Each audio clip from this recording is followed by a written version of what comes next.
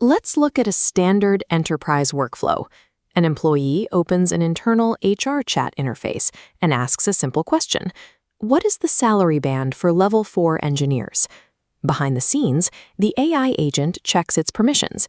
It validates the user's credentials, gets a green light from the API layer, and retrieves the engineering salary data from the company database. But when it answers, it appends a critical detail. It provides the requested salary band, then adds, for example, John Smith in your department makes exactly $165,000. This is not a hallucination.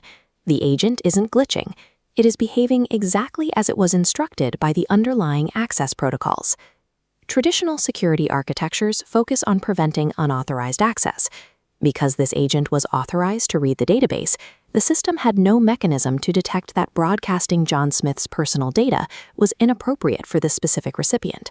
Securing the API layer does not secure the agent. This represents a structural failure in how autonomous AI is currently deployed in the enterprise.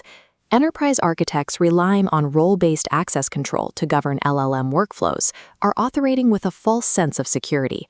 Role-based access control acts as a logic gate. It authorizes data retrieval, but cannot evaluate how it's used. To evaluate agentic flows, we adopt philosopher Helen Nissenbaum's framework, Contextual integrity. It defines privacy through 5 parameters: sender, recipient, subject, information type, and transmission principle. While an LLM easily passes a credential check at the database gate, it systematically fails the multi-parameter flow check when it attempts to synthesize that data for a user.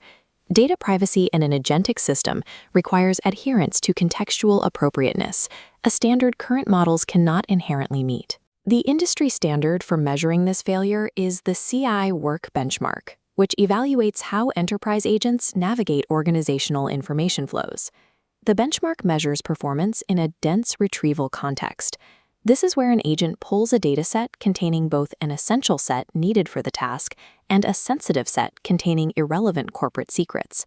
This data table tracks performance across the organizational axis, revealing a clear trade-off. As task utility improves, privacy violations increase. The external boundary shows the highest risk, exhibiting a 50.9% violation rate and data leakage reaching 27%. Large language models are optimized to be as helpful and comprehensive as possible. They treat all the data in their dense retrieval context as a resource to be fully utilized, rather than a liability to be minimized.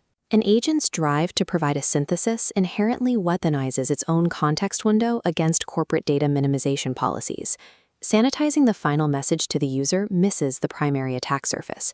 Most vulnerabilities exist long before the response is generated. This flowchart tracks the AgentLeak taxonomy, which identifies 7 distinct leakage channels across the execution pipeline, from final output at C1 to system memory at C5. The benchmark found nearly half of all contextual privacy violations happen entirely within internal workflows. While the user-facing output at C1 shows a 27% leakage rate, inter-agent messages at C2 leak at 69%, and shared memory at C5 reaches 47%. Even when the final user-facing response appears sanitized, the system's internal telemetry and agent-to-agent coordination are often saturated with unredacted sensitive data. Multi-agent orchestration compounds data exposure, turning efficient coordination into a compliance breach. Models cannot be trusted to redact their own working memory. We have to engineer the solution at the architectural level. This requires a gateway layer, a PrivacyChecker, that intercepts and sanitizes tool returns before that data ever enters the agent's context window. This gateway utilizes the 5 contextual integrity parameters to dynamically filter JSON payloads, ensuring that only data justified by a transmission principle is passed forward. We formalize this through a privacy flow graph, replacing full conversational states with node-level guards. Every tool return is intercepted by the PrivacyChecker layer. Edges must justify data transfers. If Agent B doesn't strictly require an attribute from Agent A, it is deterministically dropped. The privacy flow graph translates complex human social norms into executable constraints for autonomous systems. These technical failures of contextual integrity map directly to regulatory liabilities. Frameworks like GDPR's Privacy by Design and the EU AI Act do not distinguish between internal and external leaks. If the data is exposed within the pipeline, the system is non-compliant. Because agents leak so heavily into shared memory and system telemetry, these internal logs become persistent evidence during an audit. Architectures based on output filtering will fail under the scrutiny of an exhaustive internal log audit. Engineering teams must stop treating agentic privacy as a prompt engineering challenge.